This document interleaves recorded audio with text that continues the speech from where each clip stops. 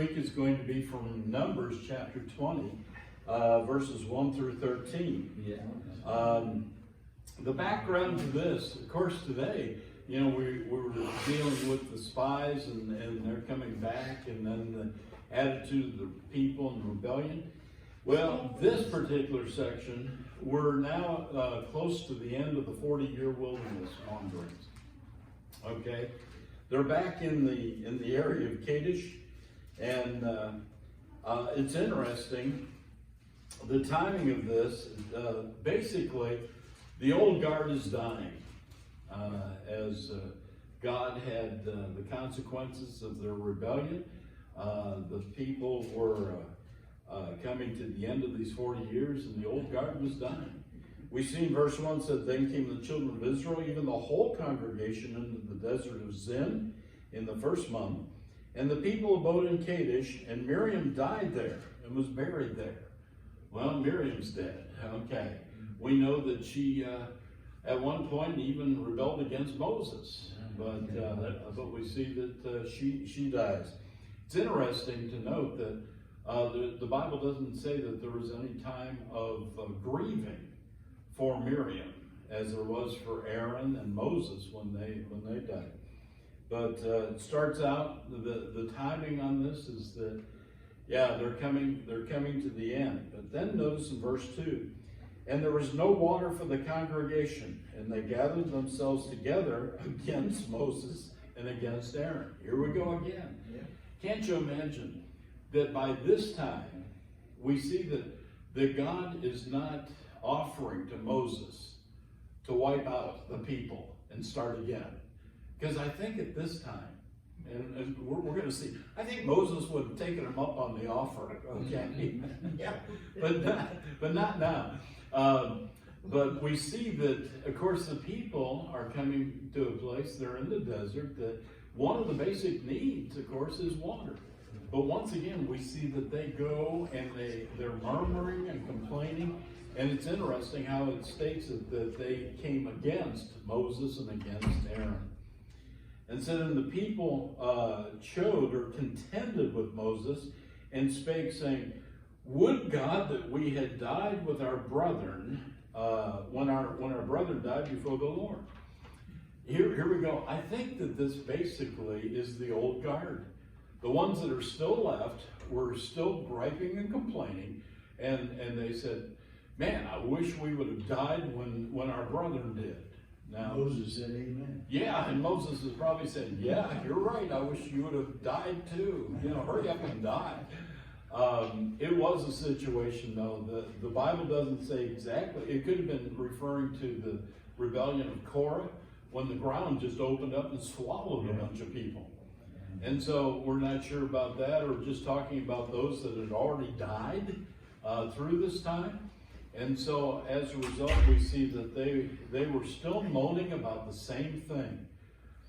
Wish we would have died, or died, stayed in Egypt or something. Verse 4, "And why have ye brought up the congregation of the Lord into this wilderness, that we and our cattle should die there?" Okay? "And wherefore have ye made us to come up out of Egypt, to bring us unto this evil place? It is no place of seed, or of figs, or of vines, or of pomegranates, neither is there any water to drink." So, they had a whole list of complaints. They were just upset. They've been upset since they left Egypt. They've been one complaining group. And that day they crossed the Red Sea, they probably weren't complaining that. Yeah, they were probably happy about that, and we see that when that happened, Miriam and some of the ladies got together and started songwriting, if you remember that. But here, so this is the timing of it. It's basically toward the end of this 40-year wandering, but they're still complaining. And so we see that the directions come from the Lord. Verse 6. "And Moses and Aaron went from the presence of the assembly unto the door of the tabernacle of the congregation, and they fell upon their faces, and the glory of the Lord appeared unto them." A little bit different than what happened in today's lesson. Remember when the people complained, Moses and Aaron fell before the assembly. But this time, they leave the assembly, they go to the tabernacle, and they fall before the Lord there. And the Lord's Shekinah glory comes, and then the Lord begins to tell them. In verse 7, the Lord spake unto Moses, saying, Take the rod, and gather thou the assembly together, thou and Aaron thy brother, and speak ye unto the rock before their eyes, and it shall give forth his water, and thou shalt bring forth to them water out of the rock. So thou shalt give the congregation and their beasts drink. Okay. So this was God's directions unto them. He said, okay, grab the rod, grab, the rod you've had, and take it before the people. Not that the rod had any special powers, but this was just a way to show forth that it was God who was going to work and provide the water for the people. And so we see that's what was supposed to take place. He said, go before the people, go to the rock, and speak to the rock. Yeah. What experience had they had in the past with the rock? Back in Exodus 17. Yeah. When he smacked it. Yeah, when Moses struck the rock, the water came forth. That's what he was supposed to do that. And that's what he was supposed to do. That's what God had told him to do that time. But this time God said, okay, I want you to go and speak to the rock. Okay?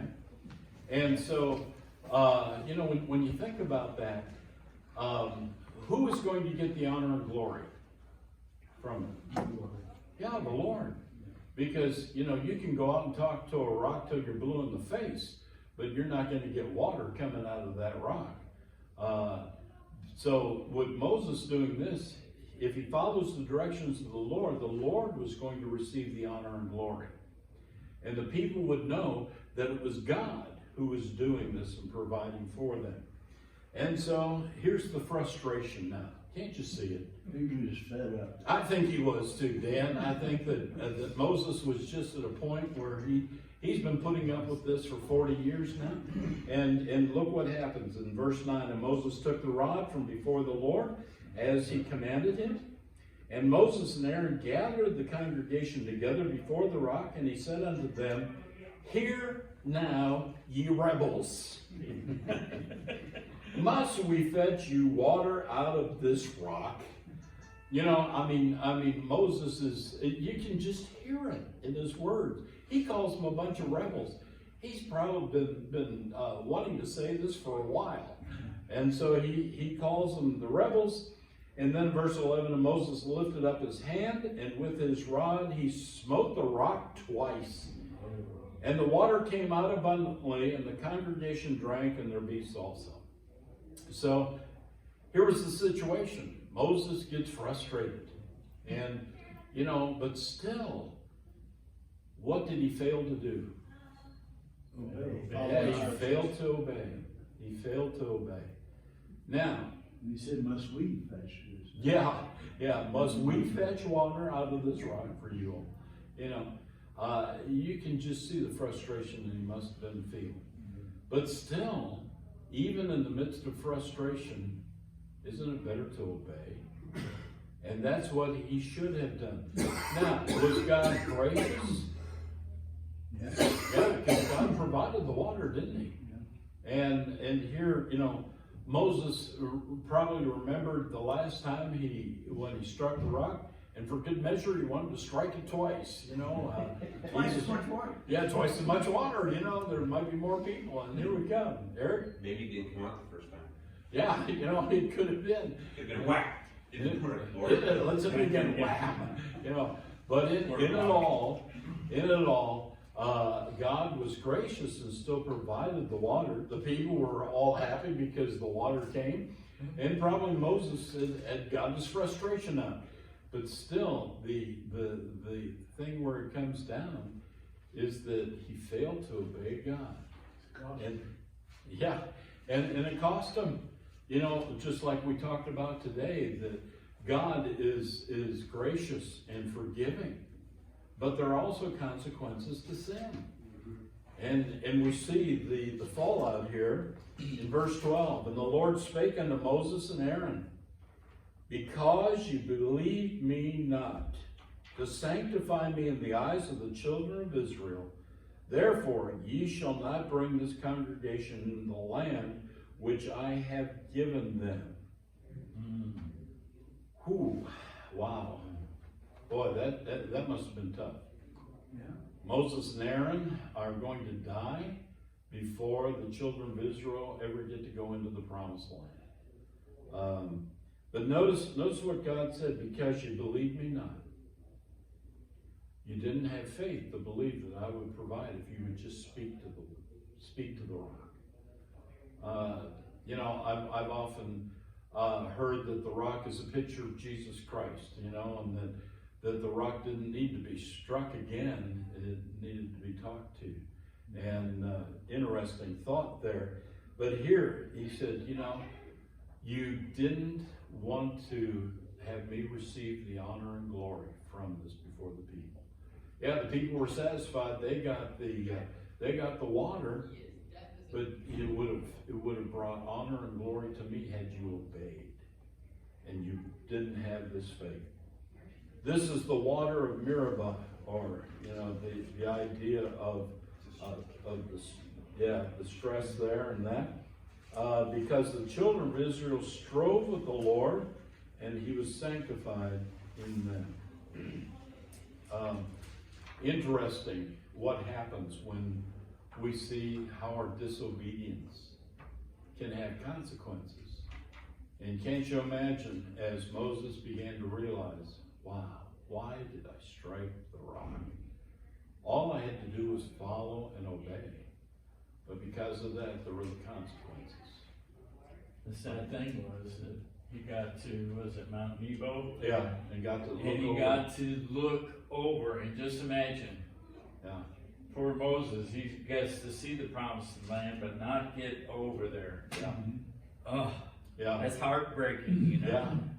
It's like your birthday and there's a cake and you can't eat it. And the interesting thing, you know, from today's lesson, those 12 spies got to go in and see. Yeah. 10 of them never went back. Like, Yeah, the 2, Joshua and Caleb, got to go in. That's true. And Moses and Aaron, they had put up with all of this, but they weren't able to go into the promised land because of their disobedience. Yeah, Aaron died. Yeah, Aaron died, and there was a time of grieving, and then Moses died. And the people grieved after him. Miriam died, no one grieved. Yeah, that's the way it went. But I hope you have fun with this passage of scripture. Use your books, and especially the Bible. And it should be an interesting lesson. will it be posted tomorrow?